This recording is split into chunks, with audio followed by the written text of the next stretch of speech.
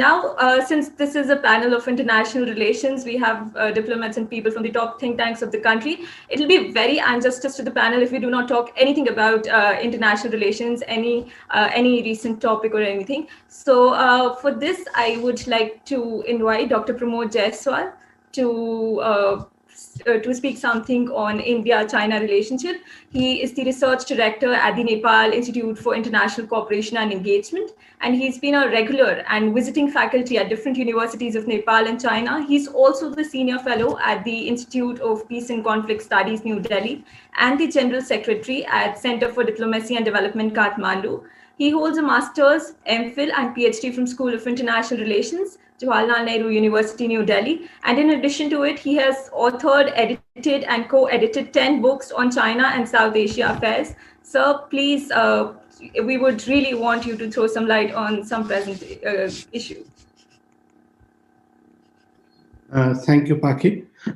Honorable Chief Guest Ambassador Vishnu Prakash, distinguished participants, and team of TCR. First of all, I think I must thank Paki and the team of TCR Lit Fest 2020 for this opportunity. It is my privilege to speak today as a keynote speaker. It is my first attempt at this role, though I believe that I'm too young for this, and I'm still a student of international relations, and I'm learning. So I'm really thankful to the organizer for this opportunity. It also to speak today on the conference of our at the presence of our chief guest today, Mr. Vishnu Prakash. I really enjoyed listening to him and have learned a lot from him.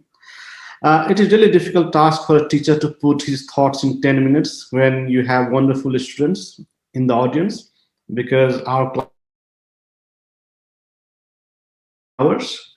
However, I'll try my best to wrap up in 10 to 12 minutes. I have a slide because there are a few maps as well. So I thought I'll go with that. Basically, like I'll be talking about Nepal's China conundrum, where India will be factoring into it. So let's look at, before we start, I think as a student of international relations, we should talk about how small states like Nepal behave in international relations. First is that small states like Nepal, they are positioned very low in the structural ordering of international system, and they have very limited role in international relations. The prime objective of small states like Nepal is to ensure their own survival and development. That is what they want from the international system.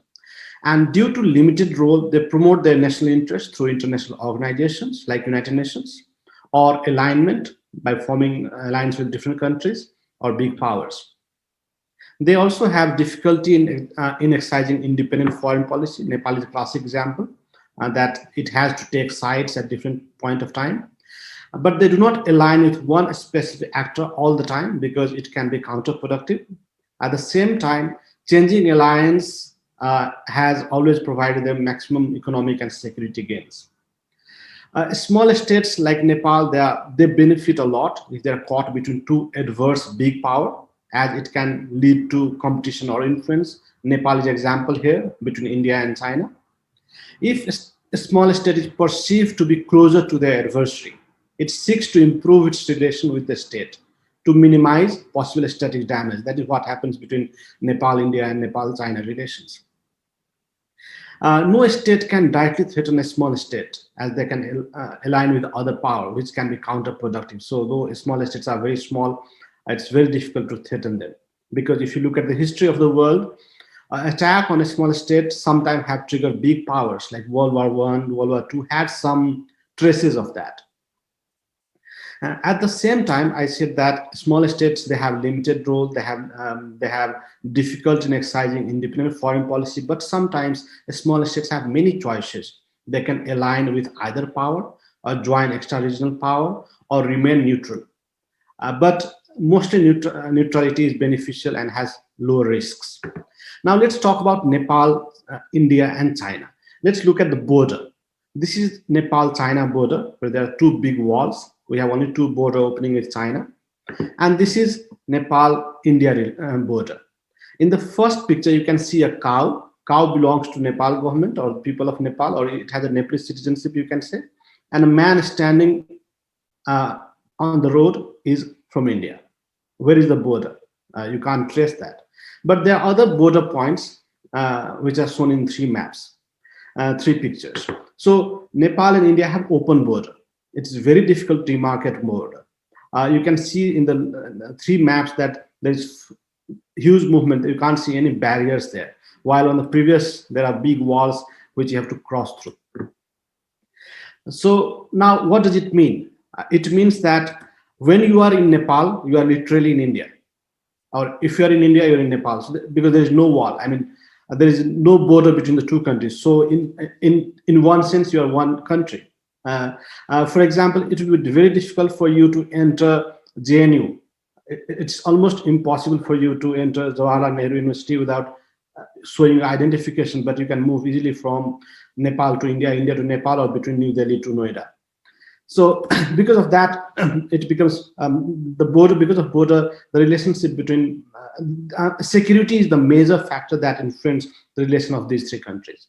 Now let's look at the geopolitics here. What is Nepal's foreign policy objective? Nepal want to use China diplomatically to counterbalance India, because India is a bigger country, bigger power, and it want to develop its economy with India's and China's assistance. Similarly, China's interest in Nepal is to safeguard its strategic concern that comes from Tibet, and also dilute India's influence in Nepal, because that is how China will benefit. Now, what is India's interest? India also have security interest because of open border. It also wants to promote democracy in Nepal because it can ensure political stability and economic prosperity. Now, let me briefly talk about Nepal-China relations. If you look at Nepal-China relations, Nepal has always moved towards the king only when they see a kind of threat from India or their regime, not they as a country, but their regime. So Nepal has only moved towards China when they perceive a kind of threat from the Indian regime, or they find that they have not been supported by the Indian regime. For example, the monarchy, King Mahendra or Birendra or Gyanendra or the Maoist, they had that perception that India is not in favor of them. So they are at that time, Nepal has moved towards China. But China was very careful in response because China knew that India has very eminent position in Nepal. So it was very careful in responding to that Nepal's request. Nepal encouraged the king, encouraged the Maoist, but they never challenged India's position in Nepal. Similarly, cultivating relations with China has worked in Nepal's favor, or the people, or the regime of that time. Because if you look at King Mahendra, initially he was not supported by India, because India used to support the democratic government movement led by Bisweswar Prasad Koirala. So after Mahendra moved to China, India started believing in twin pillar theory, where king and democracy can work together. So that is what Mahendra gained from moving towards China. But with the changing changing political situation in Nepal, China has also started cultivating relations with different political parties, especially the Maoist and the Nepal Communist Party at the moment. Till 2015, there was only one border point between Nepal and China. That was Kerung, or you can, that was Kodari Pass. But later on, Kerung point was opened. That's a new border between the two countries, which was opened after the earthquake. And Chinese are planning to connect the Qinghai Railway that comes from Beijing, Lhasa, will be connected to that particular point, which they plan to further extend to Kathmandu and Lumbini. Now, let me briefly talk about Chinese aid to Nepal. What is the trend? If you look at this chart, it can explain that the aid from China to Nepal increased drastically in 2005. Now what was the event at that time? It was a King Gyanendra's rule, absolute power. So that was the time where this shows that Chinese really loved the king. Second was in 2008. That is the time where China was organizing Olympics, and there are lots of anti-China, you can say pro-Tibetan activities in Nepal. And that made Chinese nervous because they realized that the Western powers, or you can say those who are against China, really want to use Nepal to humiliate Beijing on the eve of Olympics, on the issues of human rights and Tibet and all those. So there are lots of Tibetan activities in Nepal that forced China to, again, engage strongly. So that was also the point where they increased their aid. And second was 2015, that is the earthquake of Nepal. So these are the three major points where they had drastic increase in Chinese assistance to Nepal. Now I think, let me compare Chinese aid versus Indian aid. This is the data of 10 years ago, like 2010 to 11, Indian aid was 3 times higher than Chinese aid. Now, this is of last year, where you can see that Indian aid is half of Chinese aid in terms of commitment, but in terms of disbursement, it's almost 25 times higher. So the situation has changed within 10 years. Now, let me compare. This comparison is not of recent, is not as per the recent data. This is as per 2010 studies, because this is what I studied when I was in PhD between 2010 to 14. So when I compare Chinese aid with Indian aid, what I realized that Chinese aid are visible. They are very large. They are centrally located, unlike India. Like if in the Indian context, since you are from Delhi, if Chinese has to give anything, they will give you somewhere near to Connaught Place, which is very big, which everyone can spot. But if India has to give something, they will give you somewhere in Gurgaon or even beyond Gurgaon, which you call Manesar or somewhere, where not everyone or one corner of Noida. So that is the nature. That again, second, like if Indian has to have 1 million rupees, they will give for 10 small health posts, which is good for the country because in remote part people don't have access to health. But if Chinese has to give, they'll give you at the center, like maybe at near AIMS, which everyone can see. So that is the difference between Chinese aid and Indian aid. That Chinese aid, they make sure that it's very large, it's visible and centrally located, so everyone can spot it. Second, in terms of objective, Chinese aid has certain objective. It either has to fulfill security interest or goodwill. It was the same with Indian aid before 90s. During 1970s, 1980s, India had similar objectives. But Indian aid at present, they lack planning, they lack strategy. Like when do Indian give aid? Republic Day of India. You come with the sweets to my house, and it doesn't matter whether I might have diabetic, but you come with the sweets. So it's like it lacks planning. Or a state visit, when the Indian Prime Minister comes to Nepal, he brings 100 kg of chandan to Pashupati. So they really lack planning. 100 ambulances on Independence Day, whether we really need it or not. So that is the difference in terms of objective. Indian aid is not that not strategically oriented. In terms of perception means what you feel. It's not reality. It can be very different from reality. So I'm only talking about perception here. Many Nepalese believe that Chinese aid only benefit Nepalese, and China want to make Nepal self-reliant. It might not be true, but there is perception in Nepal. But if there is some Indian aid, there is a perception in Nepal that there is hidden interest, or India want to have market, India want to have labor from Nepal. Like when India was making Siddhartha Rajmarg highway to Pokhara, many people in Nepal say, oh, because India wants cheaper labor, or Gorkha people from Pokhara to Indian army. So that's why they're making those roads. So there is always, Nepalese always find some hidden interest. There might be, there might not be, but they always find some hidden interest in Indian aid. Last is delivery. When Chinese plan something, or when Chinese promise something, they deliver it on time. The Chinese aid are on time. But Indian aids are delayed by decades. There are few exceptions on Chinese aid as well. Like for example, Milamchi water project is long delayed. It's still under construction. The ring road is completed, but it was long delayed. But overall, like Chinese aid are on time. Now, let me look at the India factor. I think it is very important to understand India factor when you talk about Nepal-China relations.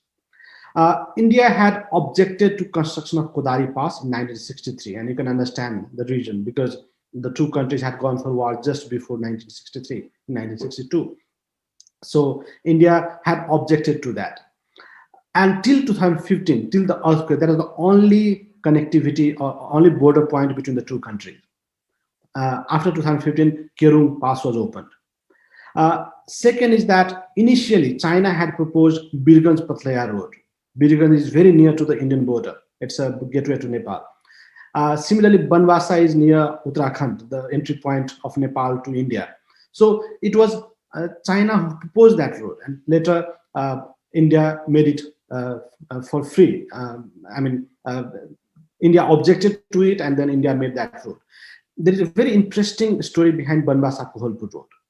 Actually, it was not made by free. But, Nepal wanted to construct the road at its own expenses, and the tender went to Chinese. And they had started the construction. Later, India objected to it. India said, we'll make it for free. And India had to pay fines to Chinese because they already spent some money for canceling the project. So India paid the fine and made that road for free. So this shows a kind of competition between the two countries. Initially, it was the Chinese who talked about the railway, that we should have railway connectivity with Nepal. And then India responded that we'll have railway connectivity with Nepal at 6 different points. The points has been mentioned here. Again, India repeated that we'll have railway connectivity with Nepal. And then again, in 2018, Modi said that we'll have railway from Birganj or Rakshol in India to Kathmandu. So there's a reaction to Chinese proposals here. Similarly, many believe that BIMSTEC is a kind of a reaction to BRI. It's a counter to BRI. Now, what is Nepal's strategy for development? Where does Nepal stand? Nepal believes that Nepal has not developed itself in spite of the rise of China and rise of India economically. Both India and China are economic power. They have rapid development, but Nepal has failed. And the reason behind is that Nepal feels that there is an insulator between the two countries, between Nepal and China, as well as Nepal and India. Insulators are the poor states of India, like Uttar Pradesh, Bihar, Uttarakhand, West Bengal. Again, among those states, Nepal borders with one of the least developed parts of Bihar. Nepal borders with not only Bihar, but leads most underdeveloped part of Bihar. Similarly, most underdeveloped part of Uttar Pradesh, or you can say West Bengal. So it's like an insulator. Similarly, Nepal borders with Tibet. It doesn't border with Shanghai or Guangzhou or Beijing. So because of that, Nepal is not able to get benefits, or you can say develop at the same rate, though we are between two big economic giants. So Nepal needs connectivity. Second is that Nepal have realized two major sectors, hydro and tourism. Hydropower and tourism are two sectors where Nepal can develop. So India and China both have capital. They have huge capacity to invest. At the same time, both have technology. India can be a potential market. So Nepal really want India and China to work together in the hydropower sector, and we can get some economic benefits. Similarly, through tourism, Nepal is a beautiful place. You might have heard about it. In a very small territory, you have highest mountain in the world. You have low altitude. There is a variation of temperature within 100 kilometer. Huge variation, in fact, from snow to summer you can have within 100 kilometer. Similarly, out of the 10 highest mountains in the world, 8 are in Nepal. So because of that, there's huge potential for tourism. And Indians and Chinese, they're getting richer day by day, and there are a huge population. So if it is very easy for Nepal to tap those customers, or you can say tourists, so Nepal see lots of potential in these two sectors. But for that, again, we need connectivity. And for that particular region, Nepal signed BRI. But what does it mean to Nepal? It means connectivity. Let me give it, this is two pictures. The first on the left is an old railway that we used to have between Janakpur to Jayanagar. I have traveled from that. And it disappeared. And new have just, it's not even started. India has constructed the link. This railway was bought by Nepal, which will be in function in a few months. So we had to wait for decades for better connectivity. So whatever was there in the past has also disappeared when it comes to connectivity. Now, what does BRI mean to Nepal, and why Nepal is so ambitious about it? First is that this is a map of Nepal. The lower mark in blue are the places where India will be connecting Nepal through railway. So there will be railway from east to west. You can see Dhangadi here. So here to, from Sikkim side to Uttarakhand side, India will be constructing railway. The upper purple lines are places where Chinese are planning to have highway, or Nepal and China is planning to have highway. The red line is the Qinghai railway that is functional, but dotted blue line is under construction. So it will reach to Nepal border maybe in few years. Now, if that railway reaches to Nepal, And if there is proper connectivity within Nepal, what will it mean to Nepal? First, let me talk about BCIM. This was talked much when Manmohan Singh was the prime minister, not much in the present government. But during BCIM, China, Bangladesh, India, and Myanmar proposed this corridor from Kunming to Calcutta. You can locate Calcutta, though it is not mentioned here. So this corridor was proposed by these 4 countries. Now, at that time, Nepal realized that we can benefit from that BCIM, because if we make the complete circle, like BCIM only make the lower U, and if you make upper C, inverted C, what will happen? It will connect Kunming, Lhasa, and Kathmandu. So Nepal realized that Nepal should also be a part of BCIM, where it can connect the 4 countries through this connectivity. Though this process, it is complicated because this corridor passes through most sensitive part of India and other countries. There are questions about this, but still other countries are working on it. And why Nepal proposes that? Nepal realized that it is very difficult for them to construct the BCIM corridor. And if Nepal become a part of it, maybe it will be faster for goods to come from Kunming to Lhasa, Kathmandu, and Calcutta, because from Kathmandu to Calcutta, there is proper network, because all our goods comes from Calcutta. So if Kunming want to send something to Calcutta, they have 2 options, either to send through 4 countries or through China, Nepal, 2 countries.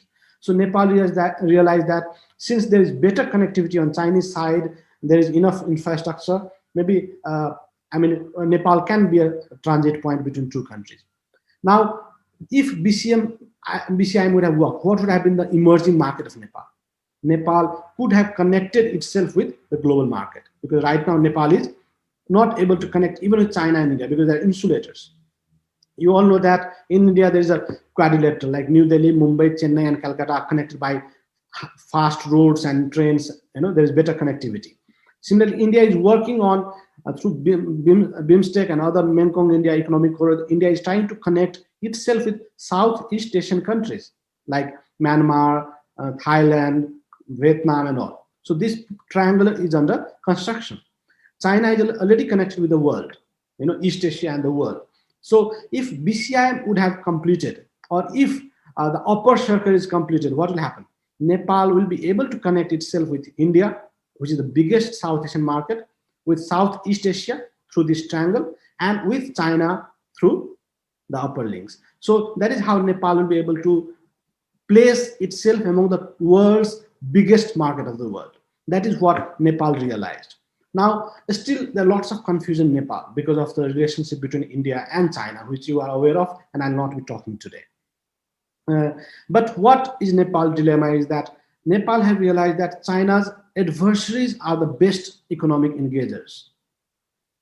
Those who really hate China, who have very conflicting relations, have the best economic relations. China, US, China, Japan, China, India, China, South Korea. They have the worst relations when it comes to political relations, but they have the best economic engagement. The number of German taxis in Shanghai is more than what is there in Berlin. So these are the kind of engagement that China had. This makes Nepal confused that how is it possible. Second is that in spite of conflict, trade has expanded between India and China. There is one news here of that time, that after Doklam, the trade increased by almost 18.63%. Some said there are different data of that. So in spite of conflict, the trade between India and China have increased. So that is another dilemma that comes to us. Second is Nepal also have dilemma in dealing with China's BRI and America's MCC or Indo-Pacific. Second is that when India talks with China, because this is a new world where there is not state-to-state relation, people are involved with. So what happens when there is dialogue, when India raises concern with China, obviously Nepal is aware of that. So most of the dealings that happens today is that, when Indians talk to China, they talk about trade deficit.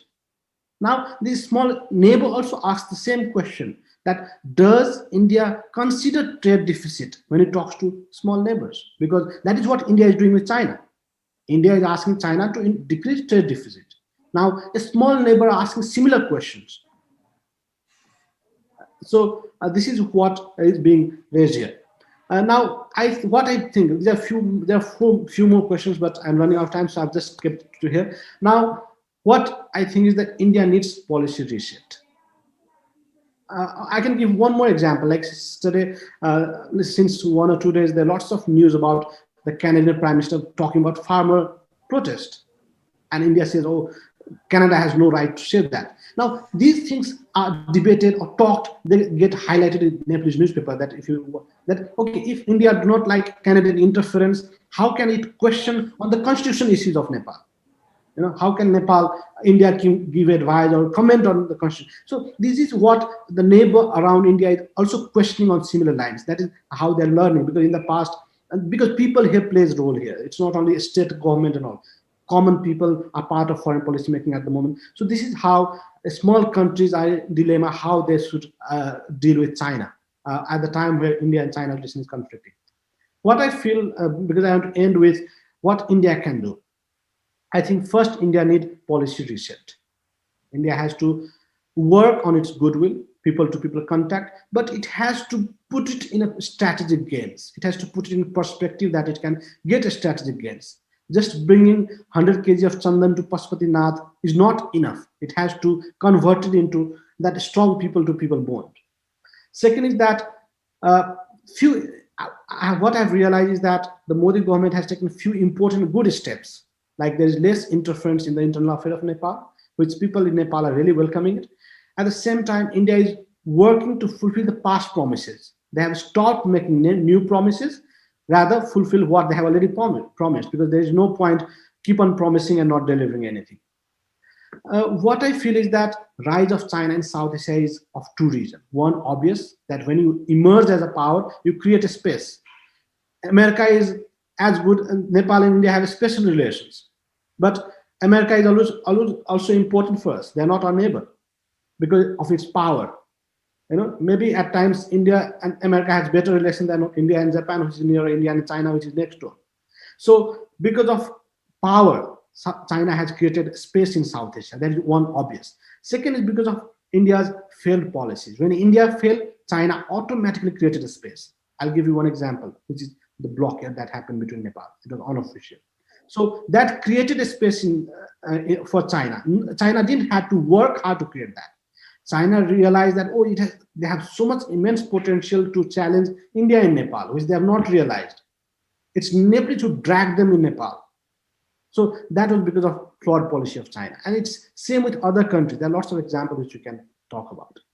So what India can do now in this situation, which is very complex, I think India should have a comprehensive South Asia policy. And India has to be very serious at the moment. It's not only India, the other players as well, like Japan, US, Australia, everyone has to have a comprehensive South Asia policy.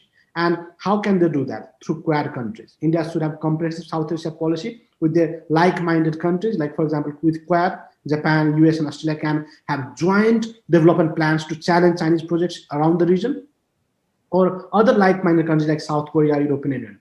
They should come together, and then only they can challenge China. If they don't, neither of them, neither India nor any other country, I think, are capable to do that, because the situation is very alarming around the region. Now, as we Nepalese, will it benefit Nepal? I think yes.